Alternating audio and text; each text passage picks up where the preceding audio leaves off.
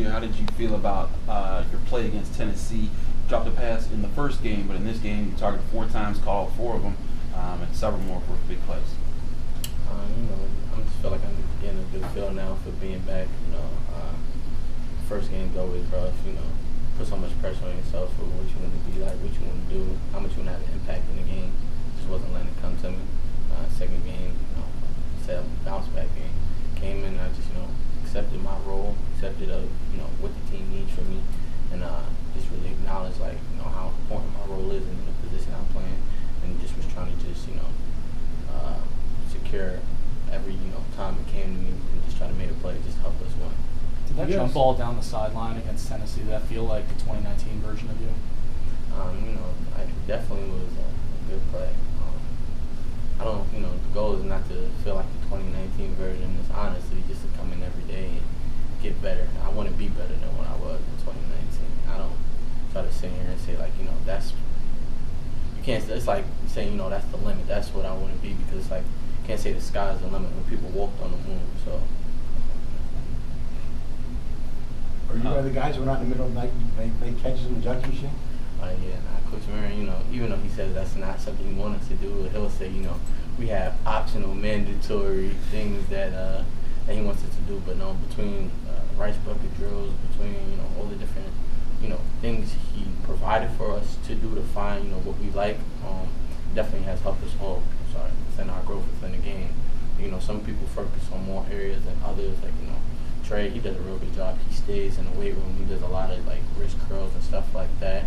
Shockey, he likes catching with a medicine ball before, and then he'll catch passes to work keeping his arms away from his body. Jay Wayne, Jordan, Keys, they all do a good job. They go to the jugs before practice. So everybody has a certain routine that they do. Me, I like going into the indoor, and after, like you said, I had I struggled the first game just getting back into my flow. I'm the type of person that I take a lot of notes, and then I have to just walk through my mistakes. So I walk through those routes at least 25 times and catch, because catching jugs helps, but as I walk through those routes, just the repetition that gets helps me, even more. And that's just the type of person I am. So even if I have to walk through the route, jog through the route, that's something I do. And I'll have one of the guys shoot me the ball, or I'll have one of the quarterbacks come. You've been around for a bit here now. You've won a bowl game with Pitt. What's different about this receiver room culture that you're around now, with maybe how you guys are interacting or working on things?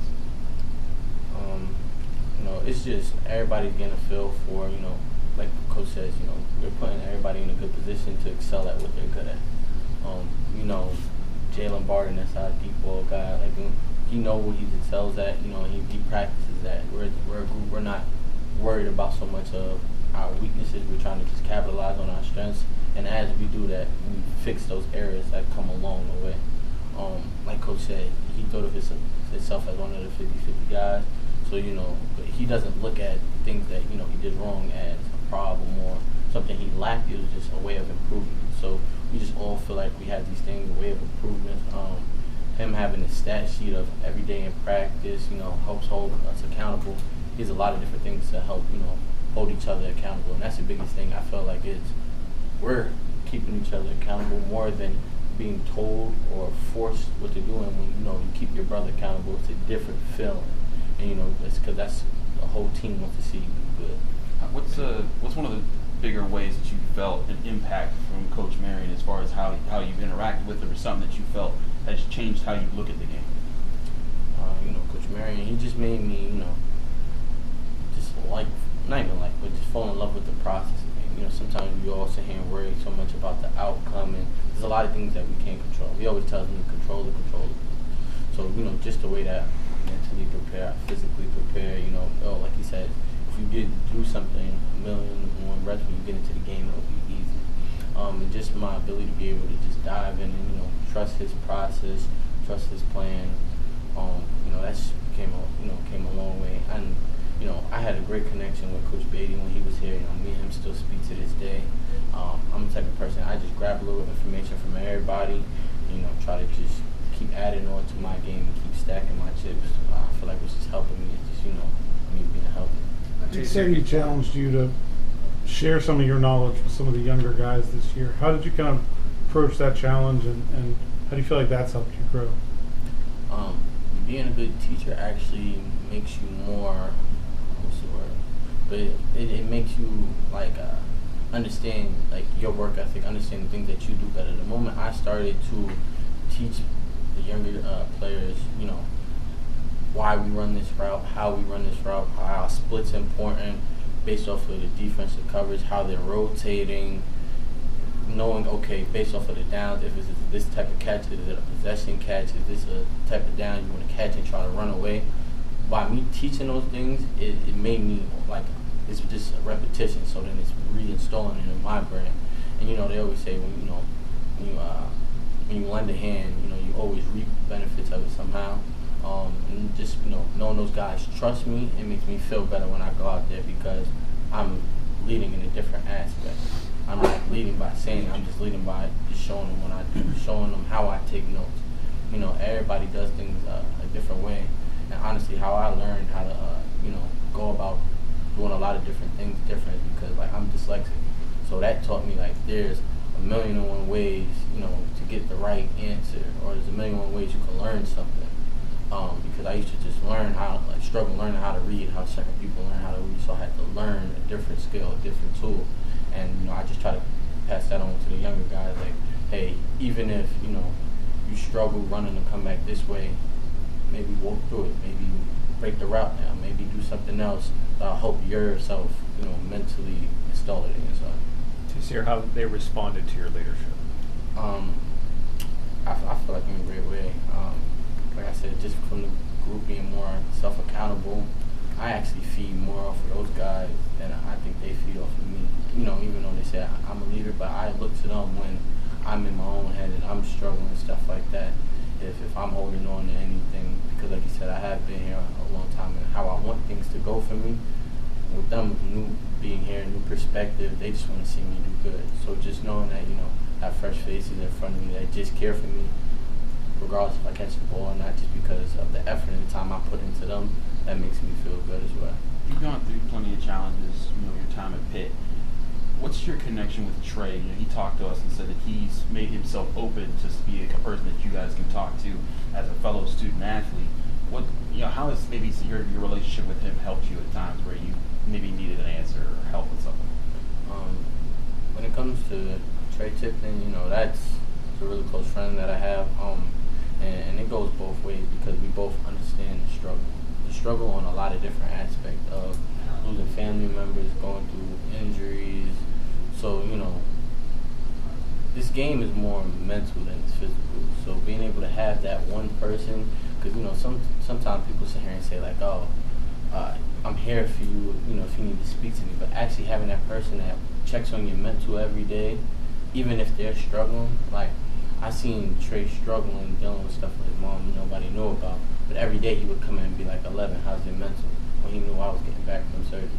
Knowing that, you know, he had stuff of his own he was going through.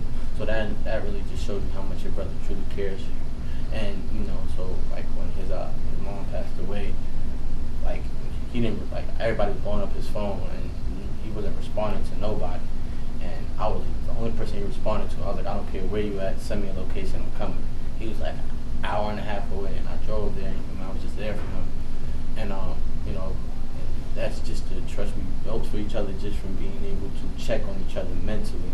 The more that you're mentally stable and have structure, confidence, you'll go out there and play. But that's what if I give any advice to any of the younger players or any players at this position, just mentally stay strong and confident because football is a humbling game. Like you said, I could go out the first game, drop a touchdown, and then the next game I could go out there and have 100 yards. So nothing in life is concrete, and failure isn't finite, but failure to change may be. So just keep improving and keep changing. How long have you known you were dyslexic? How difficult was that football-wise when you were younger? I knew that since I was a kid. So probably since, I'd say, second grade, my mother took me to get tested. You know, it was a struggle, then I had to learn. Like, there was a lot of different ways for me to learn the position. Now, if you ask me any route, any concept, I'm able to tell you off the back of my hand. And actually, me playing X receiver came so easy to me because everything is switched. So, you know, if the Cole's to the right, the X receiver's on the left. So automatically in my mind, it was like, okay, I gotta go this way. But you know, just a lot of different tricks and things I was able to pick up along the way, just from school, mentors, just from you know, a program I took when I was a kid, when they taught me how to learn things differently, has been helping me when it came to the playbook, and it made the playbook real easy for me. And you know, now we do different things in practice where we move guys around just to mentally, you know, prepare ourselves for any given situation, injury, situational football, anything. Taysir. Sorry, Jeff. When we talked to you during camp and you said you were healthy after the surgeries from 2020, right, and you were excited about this upcoming season, how nice is it to see that rewarded in a weekend like at Tennessee when you see the, all right, my rehab and all this stuff I did kind of pays off in this moment, in this game? It's bittersweet because at the same time, Tennessee isn't the goal. You know, I stepped into the week and it wasn't about Tennessee, it wasn't about whoever was in front of me, it was about me. And that's why I said that was my bounce back week, because I know what I need for, like I said, myself, mental, physical, for me to be, you know, that's what I learned. Okay, now I know what it takes for me to be at my best going into a game. It was bittersweet just due to the fact that we're not going to the college playoffs after that game. We're not ranked after that game. So week by week, you know, just stack improvement, and you know, I want to be back to one of those guys that's a Bolitnikov, you know, a war candidate and stuff like that. But that only just comes with my improvement, the way that I go about things with myself, and just keep improving. Every practice, every game, everything. Taysir, what's it going to be like to face Bryson and Theron on Saturday? Man, those are my guys. You know, I'm gonna speak highly. Aaron, that's my guy. That's actually one of the first friends I made when I came to Pittsburgh. We went to a concert together. That's my guy. You know, I checked on him too because, you know, same way with injuries, he suffered from ACL. So we sat here and spoke about injuries and stuff like that. You know, wishing him well.